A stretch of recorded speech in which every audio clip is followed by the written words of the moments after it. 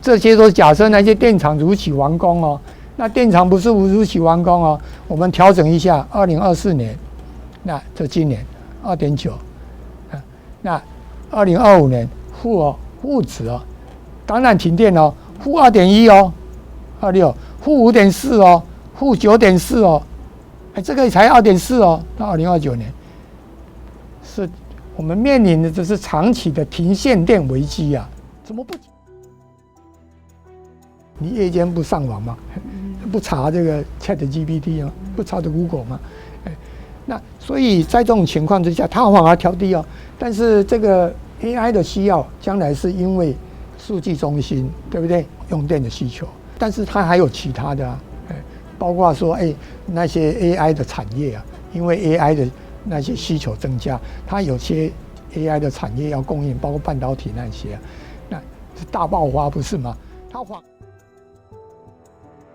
那缺电问题严重的是北部，为什么北部缺电问题最严重？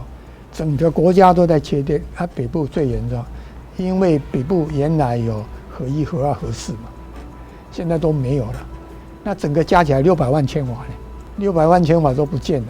那你北部本来用电量就是最多，那600万没有，现在能够供电的是桃园的。如果是淡水河以东呢，目前呢还有2个电厂。一个呢是协和电厂，是燃油的，今年12月也要除役了。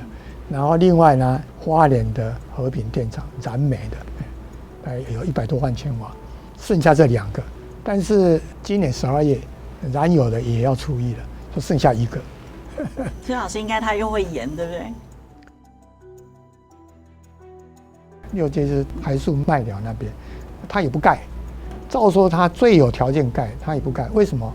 因为天然气啊，它进口不能卖啊，它只能够自己用啊，自己要发电用，它不能卖啊，因为天然气没有开放啊，所以只有中油特许台电进口，它不能卖。好啊，如果是自己用啊，将来的价格，别的天然气厂它的价格呢是中油给它的天然气，然后它就发电，那它是它自己进口的，但是中油的给的天然气是可以补贴给发电业者，他哪有办法去补贴自己？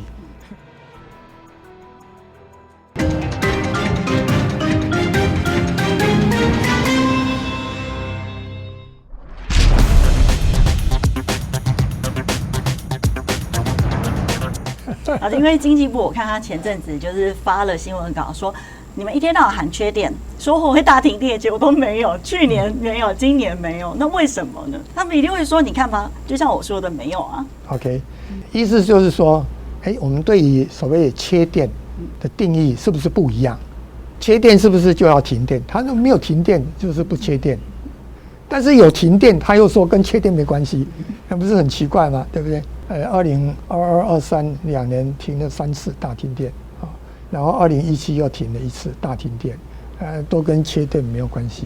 但是缺电它的定义是什么？因为你说停电也不等于缺电，对不对？你说停电那跟缺电没关系啊。我现在我说缺电，你说我没有停电就不缺电 ，OK？ 那但是事实上是怎么样呢？它有一个定义啊，它定义呢就叫台电的定义，政委常常强调哈，就是我的备转容量率都在10%以上，那甚至呢，我2023年去年最近的那个7月15号公布的那个全国电力资源供需报告文字里头就有叙述，备转容量率很高，供电无虞，有97点多了啊，接近98%的天数，365天有98%，那意思就只有2%，不到10%， 98%都超过10%。那我们来仔细来看其实不然今年的情况呢更高了那就是低于10%的，跟他的讲的有很大的差距原因是他蹊跷了他只算那个白天的，他不算晚上的那晚上太阳光电下山，我们的电力虽然用电的尖峰是在白天，那晚上不是用电的尖峰，可能是第2尖峰。但是晚上太阳光电，因为太阳下山，太阳光电比重很高，没有发电。那晚上呢，反而是缺电。你把晚上算来就不是这样子台湾电力资源供需报告，7月15号公布的资料，它也有计算了，从备用容量率也可以计算备转容量率，大概差5个百分点可以计算，已经不符合什么10%，它本身的资料已经没有10%啊，事实上是更悲观的，更糟糕啊。那首先我们来提这个哈，你看缺不缺电了？你看这个问题就很清楚了啊。第一个呢，再生能源，2016蔡政府是2016上来，到2023年啊，再生能源的增加呢是增加不到5个百分点，不是吗？9.5减4.8，不到5个百分点。那还预计到2030年，现在赖政府的目标是2030年的目标是30%，对不对？占电源的配比30%。但是你想一想，我在过去7年只增加5个百分点不到，那未来的再增加7年，那再增加5个百分点，对不对？那顶多不到4-5个百分点，怎么30%？做得到吗？在过去3年，速度上面有稍微缓一下，不过我们应该可以在最近加快速度哈，我们尽量朝目标来努力。老师他会说后面的完工会比较多啊，因为前面要盖比较久，再加上国产化，所以拖了一下。没有，因为过去来讲，这里头主力是太阳光电，风电的执行率更低啊，20%左右。那太阳光电执行率还高一点。但是可用的地啊，容易用的已经用了，现在将来要用的，那就是更困难，跟农业抢地，跟渔业抢地啊，甚至跟工业抢地啊，将来呢，这个环保方面的这个敏感地区啊，要用会更困难啊。当然还有一些考量，说，是不是我将来想的是多元力能，包括这个氢的使用，还包括地热，还包括这个洋流，但是地热啊，现在不到10个 megawatt， 啊，未来说要增加到200 megawatt，200个 megawatt 的，这个通常我们都是多少万千瓦的啊，4400万千瓦类似哈，这个那是 k 瓦，7个 k 瓦，连1个 mega 都没有啊，那未来要有2个 mega 啊，能够扮演什么角色？地热有它的一些限制了啊，包括台湾的那个含硫量高啊，那所以开发的这个成本高啊，因为它会堵塞在管线，会腐蚀管线啊，会有这个问题，而且温度不高，除非是这个大屯山呐，那个火山型的地热，但是火山型的地热台湾很少啊，大概都是温泉那种地热，那个温度不高啊，基本上是这样的。它深层地热技术还没成熟，而且还有很大的问题。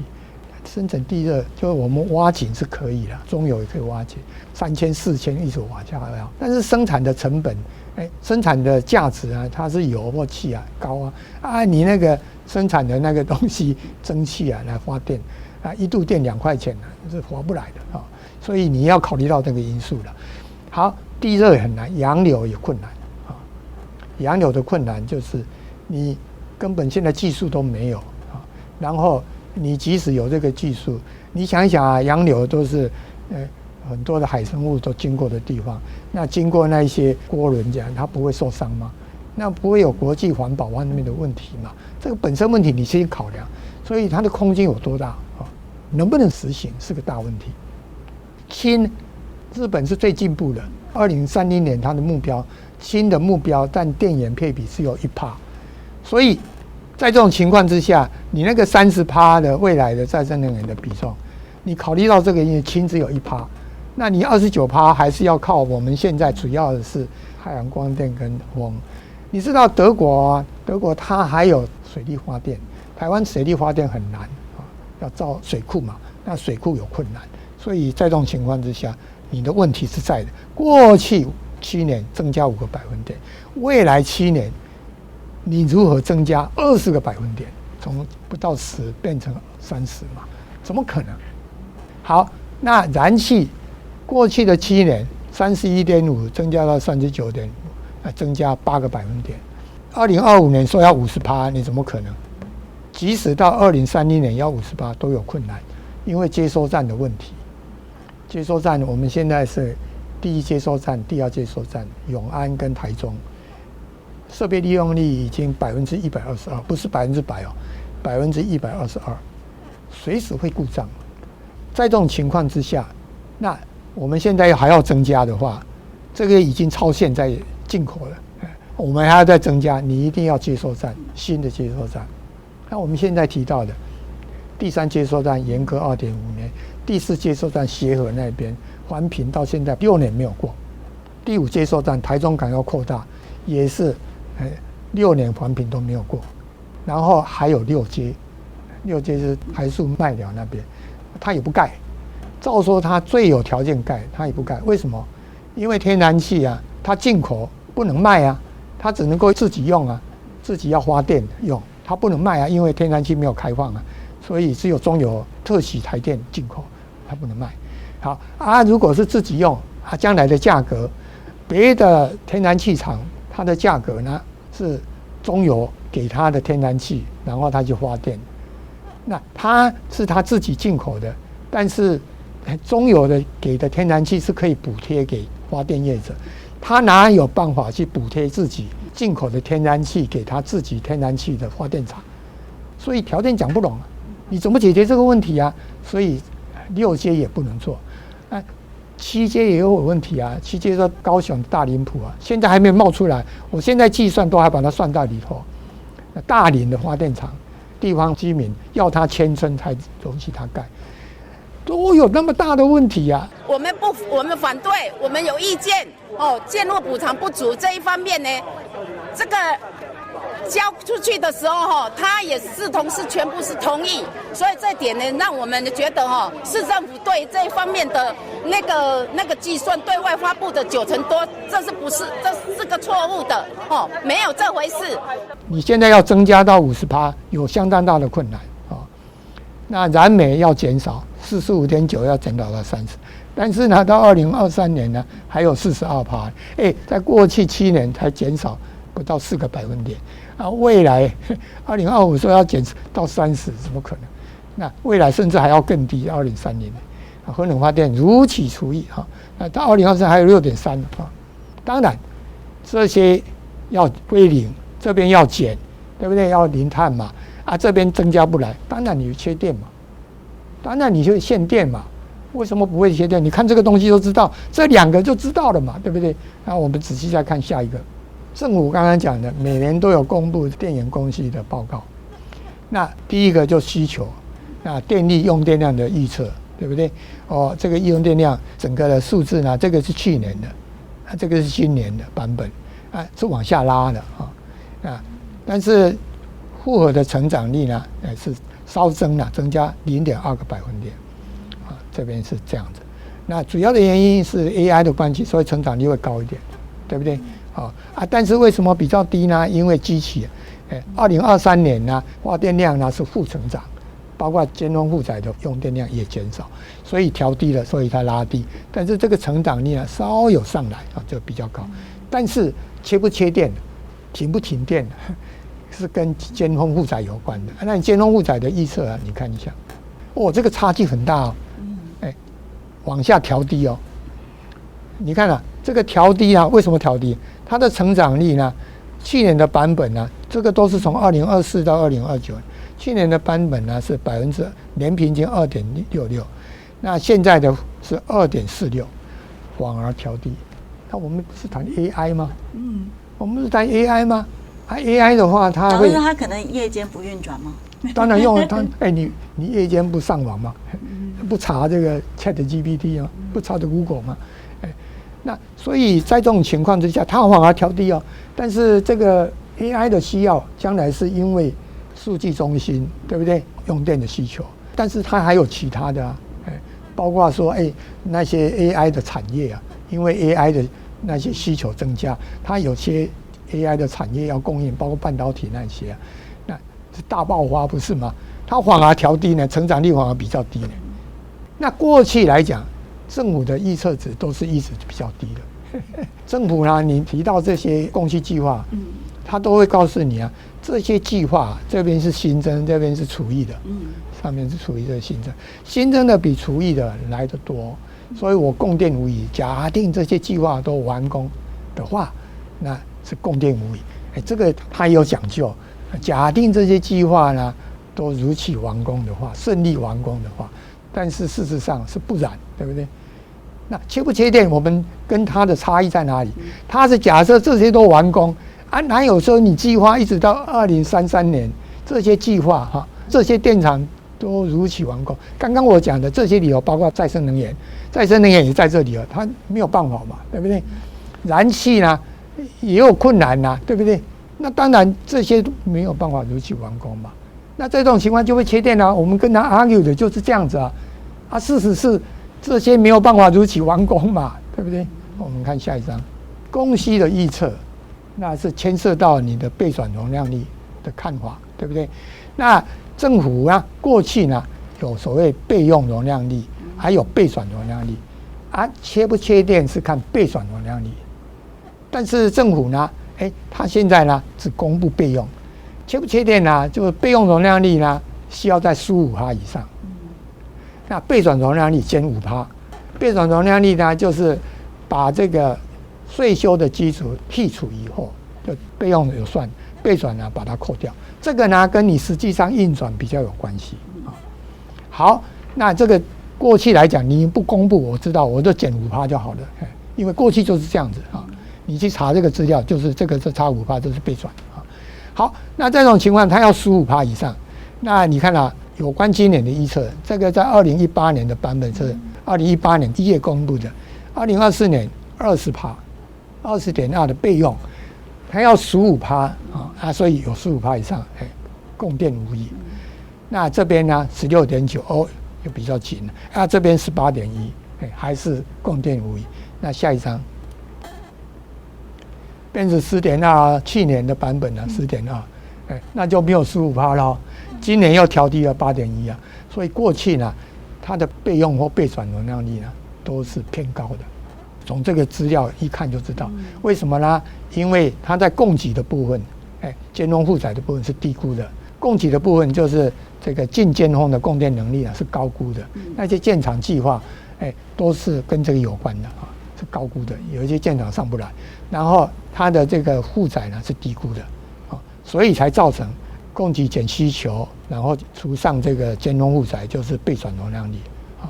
Anyway， 大概是主要的原因，都是一直偏高的，一直太乐观了。从这边资料一看就清楚了。所以其实观众来看就知道啊，就是之前的预估有这么多，然后隔年剩这么多，再来又剩更多，这就差了。对呀。差了很多对呀，所以光是看这个，它能够提供的电力不断的往下修，就知道说它的备用备转本来它的供需预测呢就是太乐观了，或者是跟事实不符啊。为什么要这样？因为到2024年就今年啊，它必须要符合你现在差太多了，大家会笑不是吗？很多人也不会去看前边的啦，看这个啦，对不对？没有，老师我在看啊，明年它其实也都往下调了，而且调的幅度也都很大。对啊，你包括2025也调啊，对不对？所以老师到明年的时候，这个会更少。如果以这样子来算的话，当然就是有这个问题啊，它一直都是过度的乐观，低估了尖峰负载，高估了近尖峰供电的能力。好，那你下一个，为什么刚刚提到的？这个。太阳光电的执行率还不错，有71%，没有到100%。风力发电的部分是35%。那我刚刚讲20%是跟我2030年那种进度来比较的哈，不高哈。那所以那些建厂计划有关再生能源的部分，你没有办法100%说那些都可以完工，大概要打折了。那我们就打折，就乘以0.7，它的计划案这边呢乘以0.35，大概是这样。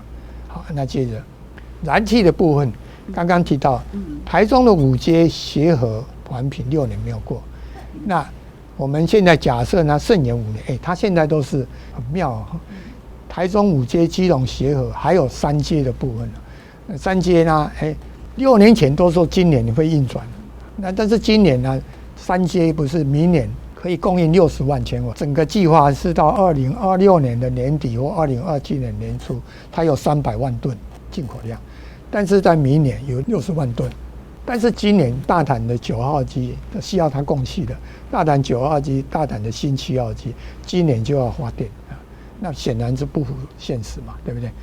因为气是明年才会有啊，怎么可能今年就能发电嘛？没有气可以用嘛？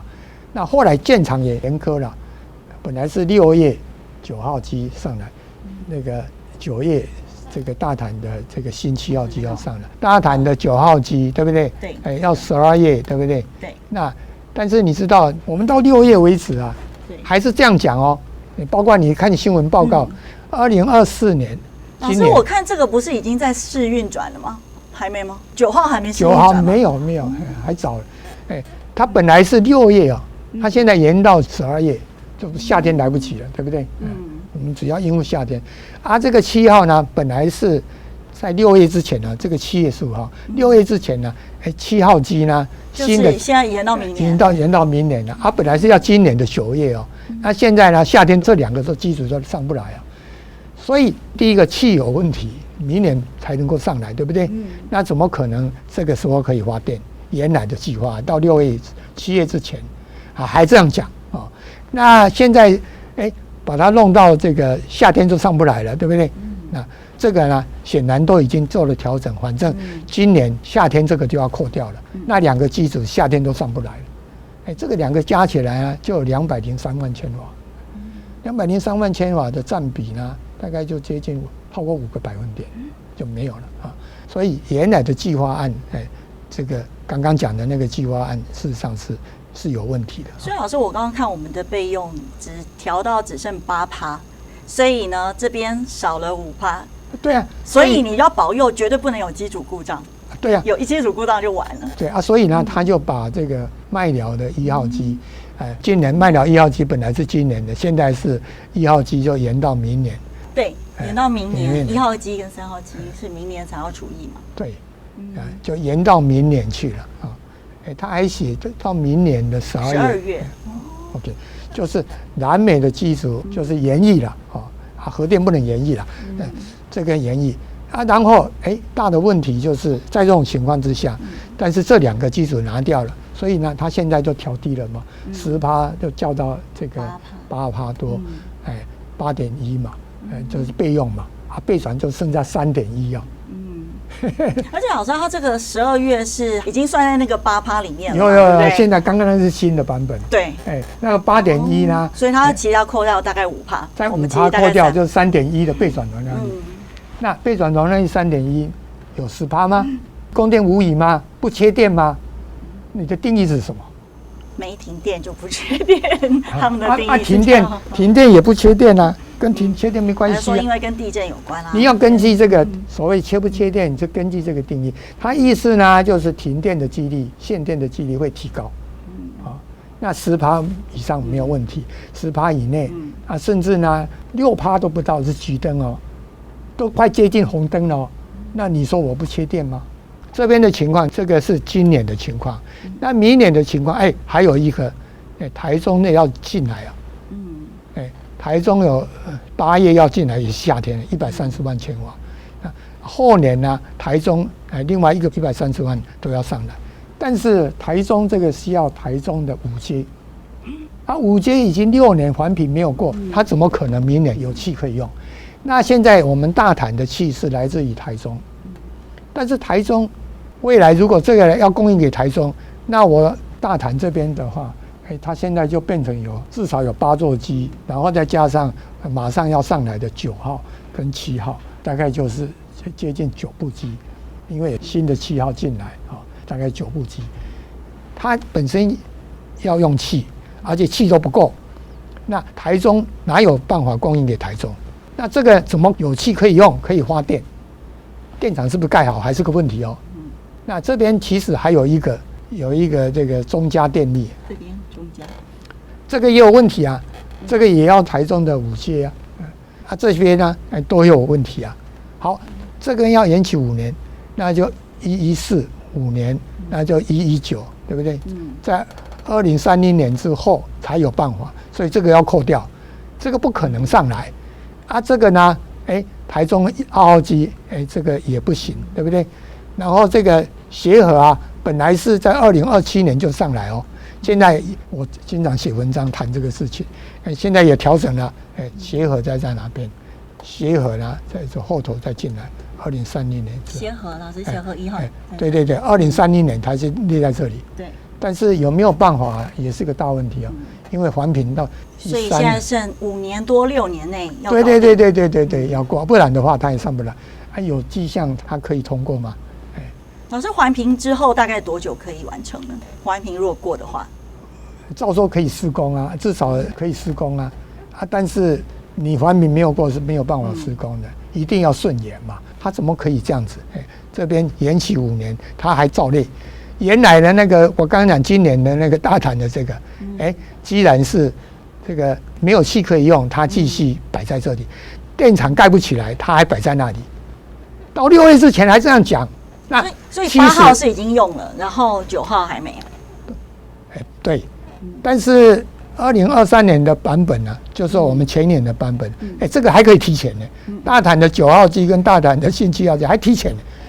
那在6年前呢，已经定下了2024年，它那个版本呢还可以提前呢，非常 flexible， 还可以调整。对，那更麻烦的是这里，你看这边有新增的燃气电源，这个就是民间的 IPP 了，民间的这个燃气电厂。这些电厂你有没有看到名称啊？没有。第一个，这个电厂在哪里设不知道；第二个呢，气从哪里来不知道；第三个呢，根本都还没有招标了。写在这里了，这个加起来1000多万千瓦。老师，那他们的气的来源是要我们，例如3阶、4阶、5阶可以储存才可以提供，对，可以进口啊。这些都没有啊，真的标也没有办法标啊，都还没开标，还没有招标，都写在这里啊。如期完工，你说这样子这样的一个计划可以如期完工吗？老师，他是叫规划。你可以相信我吗？你可以相信我要如期完工吗？每次都不一样，每年都不一样。是啊，所以你看呢，政府规划2026到2033年有1431万哦，1431万很大嘞。我们整个大概最近几年大概建中复载大概4000多吧，14多呢，大概1/3的量，30%左右的量，这些民营燃气电厂全部有问题，多严重？我们要有接收站才能进口那么多的天然气，有天然气才能发电，那些发电厂，都需要这些接收站，这些接收站有问题，所以那个燃气对应的那个燃气电厂要用它的那个燃气电厂，显然不能运转嘛，没有气可以用嘛。所以接收站没有盖好，它这怎么标？因为他标了，他也没办法发电，不是吗？标的人，他去标的人，他就要说，我可能要在哪里设可能气没有问题嘛，他要现在气有问题对不对？他怎么去标嘛，对不对？条件要谈得拢嘛。现在是主要是招标不顺，大部分的都还没标意思是2033到2030年呢，有600万千瓦。也都是还没有招标真的标了，只有2个案场，一个是中嘉电力，大概60万，还有一个九威，但是九威呢，地方议会民意反对，所以要场子未定，还要再搞。那中嘉呢，连中嘉最胜利的这个以为没问题的，找不到投资人，就是说投资人需要投资，找不到。第二个要政府银行贷款，银行不贷款，因为这个条件谈不拢。这些都大问题哦。我们只是乐观假设它慎延1年，不慎延1年取消，那根本就没办法了。我说慎延1年，那结果会怎么样？你看一下，这个是政府的版本。我刚刚讲的，现在我们将来切电是夜间，所以政府也都是我们现在备用了，它现在改用夜间来计算。那夜间的部分呢，备转容量率你可以看到，这个是政府的版本。先看备用，备用要15%。那刚刚讲的2024年不是8.1吗？那2025年呢是8.5，2026是4.2，8.5，这个都低于15%，对不对？那切不切电是看备转，要减5个百分点，3.1、3.5、5.2、3.5。好，到2027年这个8.3也是低于10%，不过这边呢，平均来讲大概只有3.5左右3.5的话，那是介于橘灯跟这个红灯的边缘。红灯大概90万千瓦，90万的边缘了啊，那大概接近100万左右啊。那意思是什么呢？那红灯的话就是停电警戒了，限电准备的红灯啊，大概接近这个。这个有10%吗？这个不切电吗？这是政府的版本呢、这个要15%吗？没有啊，怎么不切电？你定义是什么？那第二个，刚刚讲的啊，这些都是假设那些电厂如期完工哦。那电厂不是如期完工哦，我们调整一下，2024年，那这今年2.9，那2025年负值哦，当然停电哦，负2.1哦，26负5.4哦，负9.4哦，这个才2.4哦，到2029年，是我们面临的这是长期的停限电危机啊，怎么不切电？连这个都是切电啊，怎么不切电？这个是负的，当然切电啊。老师，为什么这个进尖峰能力跟这个有差别？它是老师是调整后是少了什么东西？是啊，就是刚刚讲的那些电厂啊，它没有办法如期啊，它有些要延后啊，对不对？所以其实它这个是都没有延后的情况之下，对，老师把它看真的根本不可能如期完成的，调整完之后就变这样，这个才比较接近事实啊。这个是非常严重啊，连这个都很严重了，怎么不切电呢？好，那我们看一下，那所以这个我们的图示啊，这个上面是政府的备转容量率啊，夜间的备转容量率。那这个是我们调整之后，那负的9.4不得了啊！而且那个 AI 啊，那个需求的预测呢，还是太乐观了，太低估了，这个问题就更严重了。好，那你现在政府不是公布吗？每天都有公布备转容量率，你上网查都有。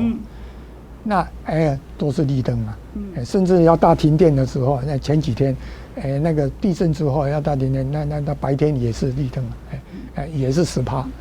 原因是什么？刚刚讲的，现在政府的公布的备转容量率是日间的，尖峰负载，尖峰负载是分母，那净尖峰供电能力减尖峰负载变成备转容量，去除以尖峰负载，那是分母。那过去来讲，因为尖峰负载最高的时候，也就是备转容量率最低的时候，过去了。但是因为现在有太阳光电、再生能源越来越多，太阳光电比重越来越高，就变成我们备转容量率最低的是夜间。所以包括政府的将来的规划目的呢，就是希望夜间备转容量率会大于10%嘛。那政府公布的2023年，我们的备转容量率高于10%的天数有98%，接近98%。换句话说，只有2%， 365天的2%，那就是只有7天，只有7天呢，备转容量率是低于10%的。但是你如果把夜间也算，有70天，那70天跟这个365来比，实际18%，接近20%了。那就不是所谓他讲的2%，不是这样的一个数字。那低于这个8%的有23天，低于7%的有8天。但是我们知道2023年的电力的需求是负成长，2023去年那是负成长，所以变成这个是已经很充裕的情况。那今年呢？我们看今年，那我说为什么有差距？因为政府公布的是日间的，它不是公布每天的最低备转容量率。精神上是要公布每天的最低备转容量率，它不公布，它只是公布每天的那个白天的尖峰负载最高的。换句话说，只公布白天的备转容量的低点，没有公布前天的。那前天的话情况是这样，今年1到7月总天数呢，低于10%的天数有66天。那占比呢是30%，3成的天数不到10%，不是供电无虞，有3成。那到7月底啊，我们的核3 1号机还在转，这里头呢还有2天呢是低于5%的，只有4%多。是今年的情况，这是实际上的情况。那今年预测呢，备转容量率还高于0嘛，还有3.1嘛，对不对？我的数字有2.9嘛。所以应该也还合理了啊，大概是这样子。所以呢，你政府很重要的就是你资讯要透明。那我的资料是根据台电公布的，它有这个公开的资料，那里头有各种发电机组的这个发电的这个度数，然后有尖峰负载的度数，然后每10分钟的变动，然后我们去抓那个数字来统计。那政府公布的呢，就只有一个数字。但是台电虽然有这个数字，但是它每天公布的就是那白天那个数字。好，我们是根据那每10分钟的变动的数字，我们去统计，还可以计算到夜间的停电数字，然后瞬间跟这个10分钟还有差距，再做调整，得到的结果。所以政府应该很重要的就是说，你要公布每天的最低备转容量率，这样资讯才真正的透明。包括政府的最高总统、经济部长，包括执政党的立法委员，大家才知道我们事实是什么，民众才知道每天的备转容量率最低的备转容量率，这个有关于我们停不停线的问题，而不是公布那个白天那个太阳光电那么多的那个没有用啊，夜间才缺电啊，对不对？所以资讯要透明，那个是很重要的啊，我们才能够面对问题，才能够解决问题。那缺电问题严重的是北部。我要再次强调台湾的整体电力是充足的但是对于区域的电力确实有一些不均衡的地方。那未来不管是政府或者是台电，会更积极努力在北台湾做电网跟这个所谓的电源的这个开发。为什么北部缺电问题最严重？整个国家都在缺电，北部最严重，因为北部原来有核1、核2、核4嘛，现在都没有了。那整个加起来600万千瓦呢，600万千瓦都不见了。那你北部本来用电量就是最多，那600万没有，现在能够供电的是桃园的。如果是淡水河以东呢，目前呢还有2个电厂，一个呢是协和电厂，是燃油的，今年12月也要除役了。然后另外呢，花莲的和平电厂燃煤的，有100多万千瓦，剩下这2个。但是今年12月燃油的也要除役了，就剩下1个。所以老师应该他又会延，对不对？那当然延啊，一定延啊，他没有说要除役啊，一定延啊，不然就没有电厂啊。本来有核电厂，现在都没有啦，只剩下1个电厂啊。淡水有一张，包括双北市，包括这个基隆，包括宜兰，包括花莲，剩下1个电厂。所以现在的情况是这样的：2024年的时候，今年北部的缺口大概需要从南电北送有317万千瓦，平时啊，夏天呢467万，但是北部的电网最近几年有加强，大概呢在淡水河以东，所谓北东电网可靠的输电能力原来是300万千瓦。你知道这个电呢，电网啊，我们现在停电很多都是在这个配电端小动物啊什么的停电但是呢。真的会大停电的是在输电端跟发电端都会造成停电。现在政府一直在公布的资料就是我在改善配电端，但是输电端就是个大问题。那像921大停电，那就是输电端出了问题这一次的地震高压输电端345 kV 没有问题，所以没有什么大停电。但是发电端才是大问题，发电端现在是严重的不足才是大问题，那输电端也是问题。我刚刚讲发电端北部的缺电最严重是北部，那现在都要靠南电北送。那但是南电北送呢，它的可靠输电能力是420万千瓦，最新的420万千瓦已经升级了，但是我们今年的夏天都超过了，到明年2025呢。平日呢，这个北东的缺口呢就470万了，就是超过了，平日就已经超过，不是夏天了，在平日就超过了。意思是什么？35 kV 的那个大的那个输电线呢，高压输电线呢，主要遭遇所谓 N-2的整折的事件。那是什么呢？有2回线当然铁塔倒当然是2回线，甚至铁塔不倒有2回线出问题那2部机组跳脱，我们现在只有1个电厂。和平电厂它宕机的话，大停电了，北部就大停电。政府不是也承认吗？北部是缺电最严重啊，所以你数据中心要去盖，不同意你去盖嘛。那现在停电也很多，跟这个缺电有关系啊。你现在热点啊，就是包括桃园啊，包括双北啊，都在北部啊。所以这个所谓机组的跳脱，我最担心了。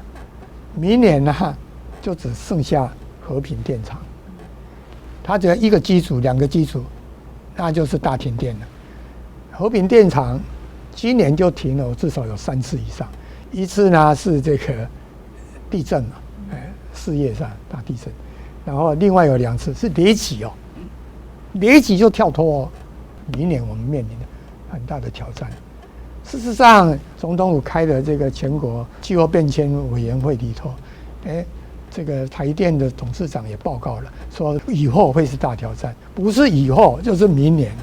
那所以一个可能呢，就是那个燃油的电厂，就是协和电厂呢，可能要延役，不然的话，真的是这不是未来，是明年的事情。和平电厂跳就完了。